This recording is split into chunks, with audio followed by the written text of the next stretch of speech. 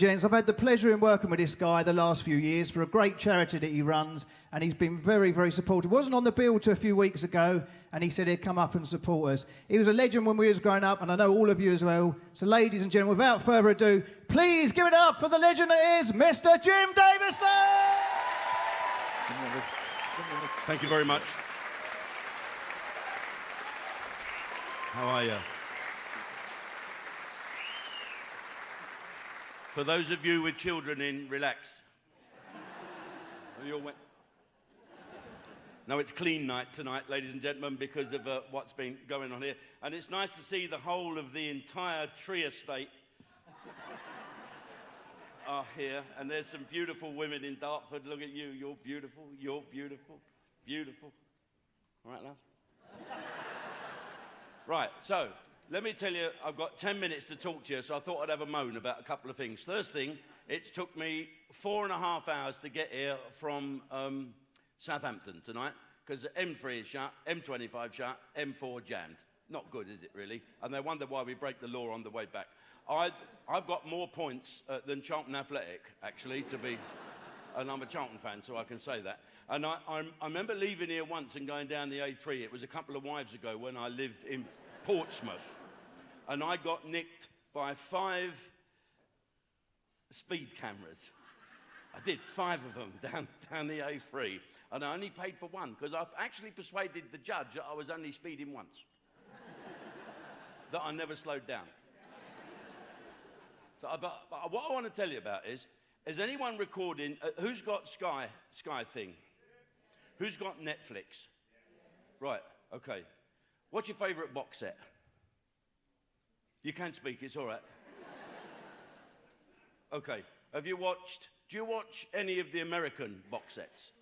Did anyone watch a thing called Justified? No, it wasn't called Justified. Who was the bloke with the cowboy hat who was here singing a minute ago, and he was the marshal and shot people? Well, I never heard a word that bloke said. Have you not noticed, right, that things are different now on television? Did you watch Line of Duty, where the policeman said, you getting that? I sit there, keep saying to my wife, what did he say? And the American women, I got to put subtitles on, right? And there's no English subtitles on English television, so I have to put Korean on, like toenail clippings and bogies flicked on the screen. And right, so I thought, my wife said, you're going deaf. I said, I'm not going deaf. It's they mumble. And they do mumble, don't they? Right, good, I'm glad you did. So when I had a flat in London, down the end of the road was John Lewis's. And I walked down there, up to the 3rd floor is all the televisions bit, you know, where you go. And there was a man there, political correctness, he was light on his feet. You know. And...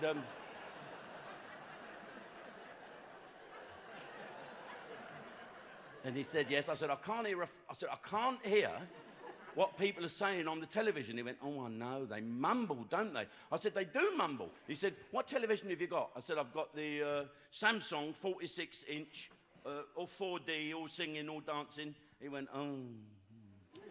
Well, like that, I said, I bought it here. Oh. And he said, have you bought a sound bar? I'm quite old, mate. Technology is no good to me at all. The other night, by mistake, I switched on the adult version. You know, you get that thing on Sky News, you can flick along, can't you? Adult, and there's a babe station, this woman there like that, half naked, with a phone. And I was I'd had a couple of drinks, so I thought, I'll phone her up. And she said, what do you want me to do for you? I said, go behind the sofa and hide. She said, why's that? I said, because my wife's coming down the stairs and I've lost the remote control. Right? So I'm not great with stuff. And he said to me, a soundbar is a speaker that comes with the television. I said, well, it didn't come with my television. I said, no, I can't have speakers. Why? Or I said, my wife, she don't have speakers. She don't like speakers in the house because of the wires. Why? Well, I said, my dog's taken to dragging his ass along the carpet with his front feet. I know that's not relevant. Have you ever seen them dogs do that?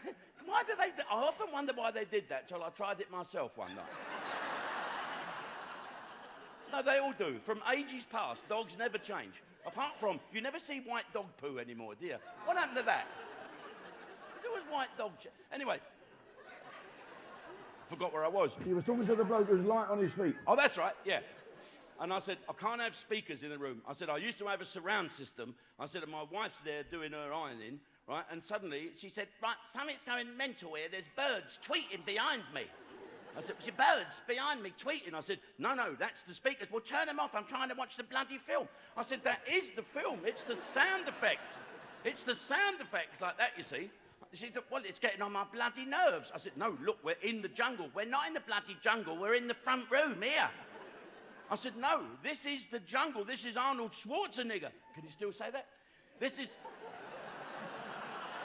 Arnold Schwarzenegger, and he's in the jungle. Suddenly a helicopter went, and the dog chased it out to the kitchen. That was the end of that. The reason that she's worried about the dog dragging his ass across the carpet in case he catches his gonads in the speaker wire and electrifies himself. She thinks there's electricity going through there. Why do you have to have wires for speakers? Anyway, I said to this bloke, he told me how to plug it in. Well, I didn't know how. He said to me, you don't have to plug it into the television.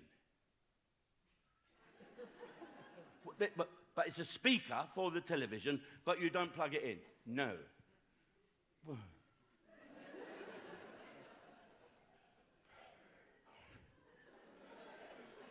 No wires. No. What does it do then? Guess? No, has anyone got one of these? Does anyone know what I'm talking about? Yeah, apparently the speaker talks to the television, or the television talks to the speaker with its blue teeth. Right? Well, mine ain't listening. Because my television's going, and the speaker's saying, I can't hear a thing you say. So the thing is, right, I told him about what the man said at the end of Justified. 27 episodes for 7 series. I'd watched that. And right at the end, where you really want to know what's going on, he points the gun at the bad guy, and the bad guy, and he said, tell me who done it, shorty. Oh, he actually went, who done it, shorty. And the bloke looked up. I thought, I can't believe I'm actually going to find out. And he went, Goodmaze, yeah. Wind it back. Turn it up. Backwards. So I asked the old light on his feet. He said, oh, that program is called Justified. It's fantastic. Did you like it? I said, yeah, I really did. He said, oh, you're the only one I've ever met who's ever liked that, like I do. I said, what did he say at the end? Oh, a lot of people have asked me that. I said, what is it? He said, well, he pointed the gun and said, who did it, shorty? And the man said, now, I'm going to go in a minute. Before I go, I'm going to tell you what happens if you're driving home drunk. Or you might think you're over the limit. If you get pulled up, first of all, do not get out the car and face the policeman, okay? You don't want to do that. It's bad news, because the policeman said to me, Mr. Davidson, you're staggering. I said, oh, well, I find you strangely attractive as well, I said. I'll tell you briefly the perils of my life. I used to know a bloke called Bob Todd from the Benny Hill show. He did my show. And I bumped into him and Tommy Cooper, who were the world champion drinkers at a pub called the Anglers in Teddington. And I got drunk as a sack, but I had to leave them because I had to go down to Hereford to do, of all things, to open the camp or a fete in the SAS camp in Hereford. Special Forces soldiers. So I had to be there, otherwise they'd come and get me. I had to be there in the mornings. I thought I'd drive down. And I had this old Rolls Royce. You know, you buy silly things when you're young and just get rich. And you've had them, I know. No, you're better off with that, all aggro. Anyway, so I now had to go. I shouldn't have gone. I was that drunk. I should have gone to bed. But I ended up on the hard shoulder of the M4 in the pit. It was raining heavily, and I'm in a traffic jam, and I'm busting to have a tinkle. And I'm ashamed to say, I get out of the car like this, and I had a tinkle up the back wheel. And you know, they say your life ends in slow motion. Well, my life ended in slow motion with the police car coming down the yard shoulder. And I thought... But I could not stop weeing. I know it's to lower the tone. You know when you got to go and you can't stop. I don't know how you girls go at all. It must be like wringing out a flannel. But there's two policemen, and one waddled up and he said to me, "Is that your car?" And I said, "No, I nicked it." Thinking humour will get you out the trouble. And this is the cleanest I've ever been in my life. And I'm not being paid for it. Anyway, so he said to me, "I've reason to believe you've been drinking." Now, I'm having a wee on the hard shoulder in broad daylight on the M4, and this idiot only has reason to believe I've been drinking. And he asked me to blow into a breathalyzer bag. This was 1978. Do you remember the old breathalyzer bags? I said, "I don't need that, officer. I've got a bag at home. Tell me whether I'm drunk or not." And he said, "Right, refusing to give a sample." I said, "I'll give you a sample of urine. There's no problem there. I've been drinking heavily." So he went back to the car, got a little bottle like that and put a few drips in it, made me sign it, fastened it, put the lid on, took it back to this constable in the car. He said, "Take that back to the station and get it analysed. I'll go with Mr. Davidson in his car." So the chap knew who I was. And he's grabbed me like that with the police cars reversed up the slipway like that, gone. It's now raining quite heavily. And he's walked me back to the car. And sitting in the driver's seat is my driver. Right? And the policeman said, "Who's that?" I said, "That's my chauffeur."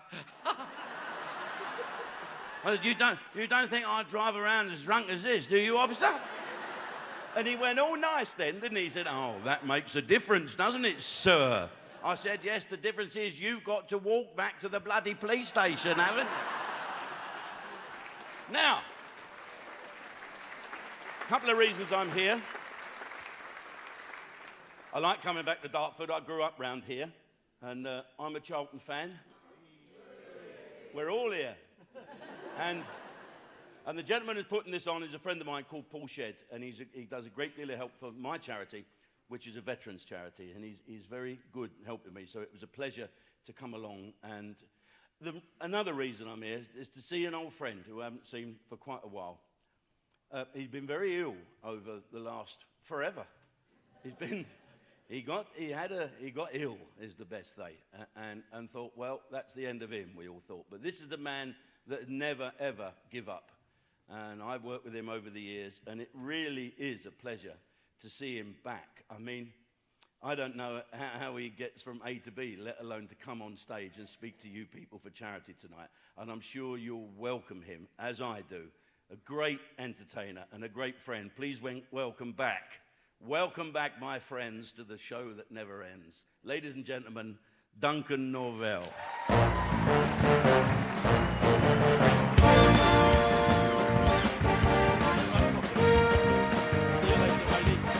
And that's Charlie. Never goes anywhere without Charlie. See you, folks. Bye-bye. Is this on? Oh, yeah. No, not yet. Just, yeah. Okay. Like Anton Deck, isn't there? Oh, thanks, Jim, for that. Wonderful man, isn't he? I've known Jim a few years now, and he's been great. Oh, nice to be back. I used to be here years ago. I used to come to Dartford. I said, "Chase me here a few times." I never come back after that. I had to change the catchphrase now from "chase me" to "push me." Mind you, there's a lot of acts changing the catchphrases now. Heard about Tommy Cannon this week. Taxman's got him for 800,000. They've changed their act. They call it Shotgun and Pellet now. And their catchphrase has changed to "Sign on, Tommy." Do you like the shoes? I got them off a drug dealer. I don't know what he laced them with, but I've been tripping all day.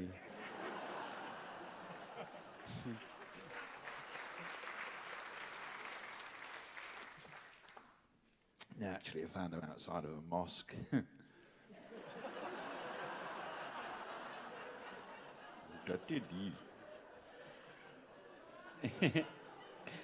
You ever go to the mosque on a Sunday? It's good fun.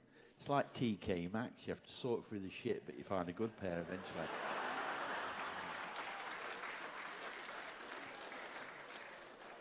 Yeah. And if you ever go in a mosque, it's a bit tricky. Especially if you like leapfrog, like I do. Oh, dear. Some lovely ladies down here. Stand up, love, and have a look round. I can't believe she did. Oh, dear. Oh, what a time I've had of it. But it's nice to come back on stage and do something, I suppose. No pictures, though, please. Security reasons. Social security. Yeah.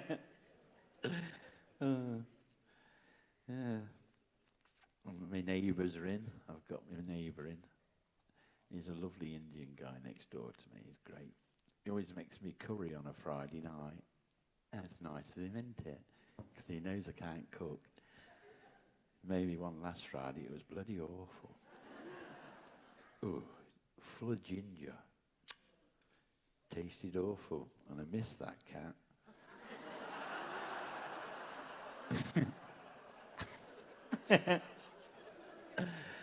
Oh, silly, innit?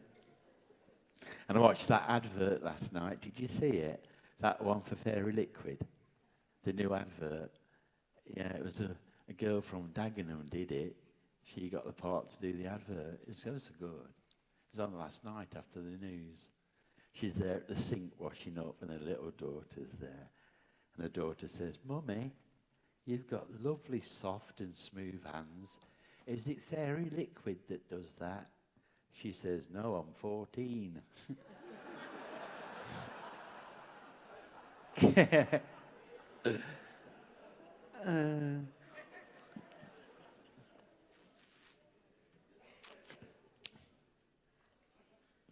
Yeah, I live in Romford now.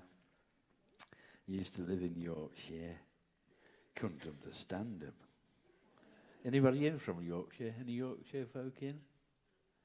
I stood behind the queue once at the airport at Heathrow, and there were these two there that had come from Doncaster, and they were sat there, and I heard one turn around to the other, "Hey, George, we're going to Benidorm. 40 years we've been going to Blackpool, and now we're going to Benidorm. What a lovely surprise." He says, "I know, Mary. Going to Benidorm tonight. We'll be outside the hotel drinking that pina colada. Why, it's going to be wonderful." She says, "I know, George. Are you all right?" He says, "I wish I'd have brought piano, though." She said, "Piano, George? Why did you want to bring the piano?" He said, "The tickets are on it."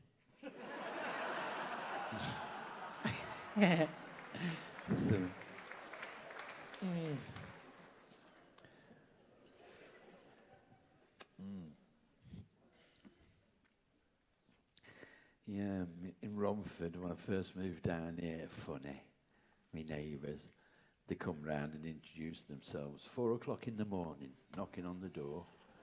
Good job I was up playing my drums, I tell you. Yeah. All right. I used to do impressions, ladies and gentlemen. And when I had my stroke, I lost a bit of my voice. But slowly it's coming back. And, hang on. You all right? Yeah, I'm all right. Just make sure Jim left the brake on. Bless him. It's a drop, ain't it, love? So I'm going to do a few now, but I have to do them standing up. These are different ones, though. These are all the film stars, like John Wayne, James Stewart, Kirk Douglas, Burt Lancaster. But I'm doing them different because they've all had a stroke. That's what you got to remember. Okay?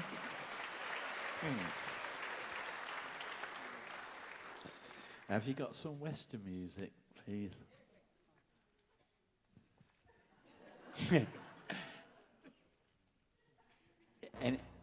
Oh.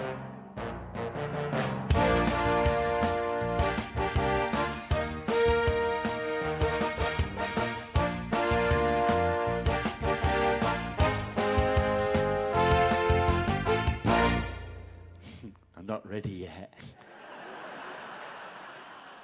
I've not got off my horse yet. It's all right. I don't want to go too far. I'll stick to the white line. Give me practice when I'm driving back. I do drive. Right. Imagine these. Right. John Wayne. I'll tell you the first one because they all sound the same.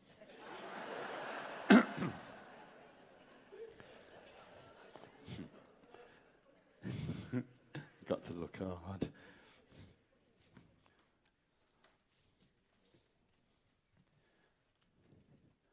You never know if there's gonna be a gunfight. Then maybe James Stewart could be here. Hiya there, James. Oh. That's all I do of him.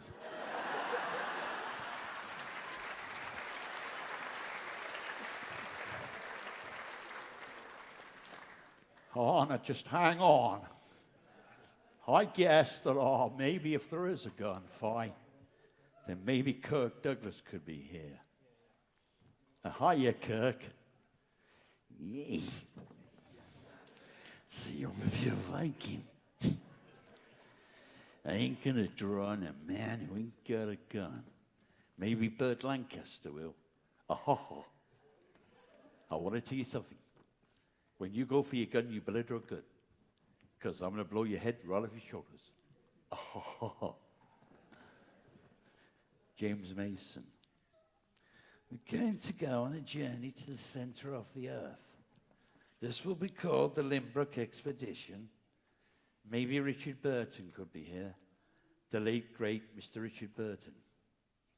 As you know, Liz and I have finally departed. Comes to us all in the end. When I met her at the altar, I gave her a ring, a diamond ring, the biggest diamond in the world. It had a diamond at the top of the stone. It had a diamond at the top. Don't stop. Sylvester Stallone, this will kill you. Let me get the face.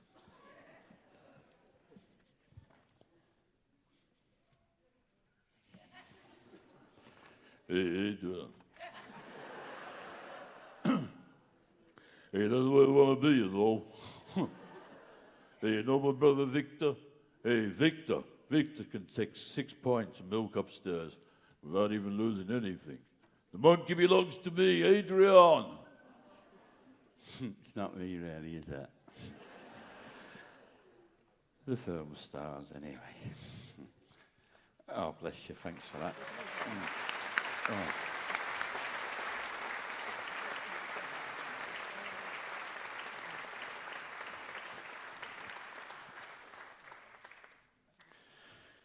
Christ, where did you get this from? Ken Barlow's room? Yeah, I just want to live long enough to see who pushed him down the stairs. Who do you think did it, eh? God, I'll think of that, Tracy. I'll never rest till I find out. Funny old game, innit? Anyway. Shall I do a song now?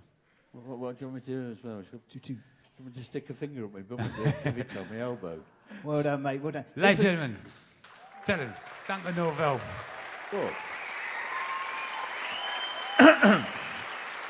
Yeah, someone's here to see you. Hello. Duncan, Hey up, Bob. I used to impersonate you Hey. before this dreadful thing happened to you, but to see this bravery of this man come out and present what he does still, because his desire is to entertain you, this man needs a standing ovation, in my opinion. It's been an honour to watch you from the wings. Thanks, sir. well done, Duncan. Good. Sorry, you're in. You can chase me anytime you want to, mate. Sing your song. Duncan One more time, Norville. ladies and Duncan Norville. Ladies and gentlemen, how about that? Right, we're just going to have a little change round. We're all going to sing a song at the end, and Duncan's coming in on that one, just so we get our timings right and everything. Great to see Duncan back on the stage. Again, we've had the pleasure of the last few years working with Duncan. It's been a pleasure working with such a legend, getting back on the stage. So one more time, ladies and gents. Come on, Mr. Duncan. Thank you.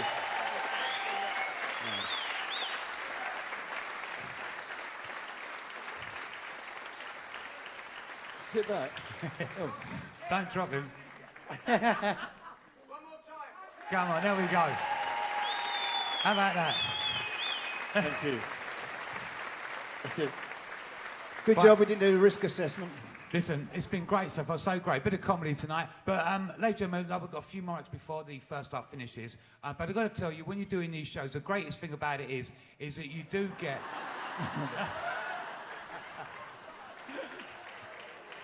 We need a bit more Teddy Bear's Picnic, don't we? Yeah.